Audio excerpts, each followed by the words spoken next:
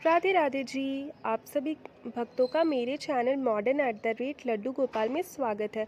तो जी, अगर आपने अभी तक मेरे चैनल को सब्सक्राइब नहीं किया है तो जल्दी से जाकर के मेरे चैनल को सब्सक्राइब करें।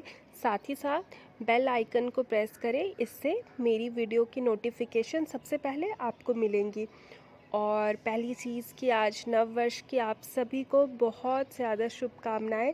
आपका साल मंगलमय हो। साथ ही साथ भगवती का कृपा रहे आप लोगों पे, लड्डू गोपाल जी का कृपा रहे कि आपका सारा मनोकामना पूरा हो। तो चलिए जी, बढ़ते हैं वीडियो की तरफ। तो आज मैं बात करने वाली हूँ, बहुत सारे ऐसे लोग हैं जिनके मन में ये सवाल उठता है या वो ये किसी से बता नहीं पाते हैं, या वो उनके मन में ऐसा आता है कि क्या खाना खाने के बाद, नाश्ता करने के बाद पूजा कर सकते हैं या फिर हमें भूखे पेट ही पूजा करना है। तो आप सभी को तो पता ही होगा कि हिंदू धर्म में पूजा पाठ का बहुत ही ज़्यादा मान्यता होता है। मतलब हर घर में ज़्यादा से ज़्यादा लोग, 90% लोग सबसे पहले नहा धो करके पूजा पाठ करके ही भोजन करते हैं। और ख़ासकर जो महिलाएं होती हैं वो ज़्यादा से ज़्यादा सबसे पहले उनका काम यही रहता है कि वो भूखे पेट वो सबसे पहले पूजा करती हैं, उसके बाद ही वो खाना खाती है। उसके लिए चाहे उनको दिन का 12 बज जाए, 1 बज जाए, 2 बज जाए, लेकिन जब तक उनका पूजा नहीं होता है वो खाना नहीं खाती है।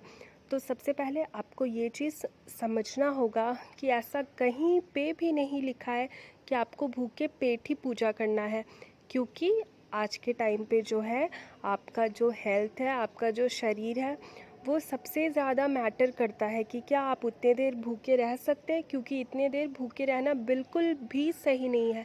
लेकिन उसके बाद भी लोग धर्म में इतना ज़्यादा लीन हो गए कि वो भूखे पेट ही पूजा करते हैं। बहुत बढ़िया बात है, अगर आप ऐसा करते हैं तो बहुत अच्छी बात है। लेकिन आपको ये समझना होगा पहले कि अगर आप भूखे पेट पूजा करना चाहते हैं तो उसके लिए आप सुबह जल्दी उठ जाए। आपका जो भी काम है वो जल्दी से अपना काम ख़त्म करके उसके बाद आप नहा के पूजा कर ले। लेकिन अगर आपको काम करने में लेट होता है और आप फिर पूजा करना होता है तो आप इतने देर भूखे रह कर के, ऐसा बिल्कुल भी नहीं है कि आपको भूखे रह कर के ही पूजा करना होगा। हाँ, अगर आप कोई व्रत कर रहे हैं या उपवास कर रहे हैं तब आपको भूखे पेट करना है। लेकिन आप प्रतिदिन जब पूजा करते हैं तो आप खा पी करके भी पूजा कर सकते हैं, ये आपके ऊपर डिपेंड करता है। अब बहुत सारे लोगों को ये गलत लगेगा कि खाने के बाद हम लोग कैसे पूजा कर सकते हैं। तो खाने के बाद मतलब ये है कि अगर जैसे आप सुबह उठते आपको दवाई खाना है या आपका तबीयत सही नहीं है या कोई और दिक्कत है, तो अगर आपने कुछ खा लिया है उसके बाद नहा लेने के बाद आपको पूजा करना है। ऐसा नहीं है कि आपने सुबह उठा, आप खाना खाए और आप पूजा करने लगे, नहीं, ये चीज़ आपको नहीं करना है। लेकिन आपका मेडिसिन चलता है या फिर आपसे उतना देर भूखे नहीं रहा जाता है तो आप आराम से नाश्ता कर सकते हैं। हाँ, यहाँ पे आपको ये ध्यान देना है कि आपको नॉनवेज अगर आप खा रहे हैं तो उसके बाद आप शैम्पू करके ही पूजा करें। लेकिन अगर आप जैसे नॉर्मल खाना खाते हैं तो उसके बाद अगर आप नाश्ता वगैरह किए हैं तो आप फिर नहा करके आप आराम से पूजा कर सकते हैं। क्योंकि आपने ये तो सुना होगा, भूखे भजन ना होए गोपाला।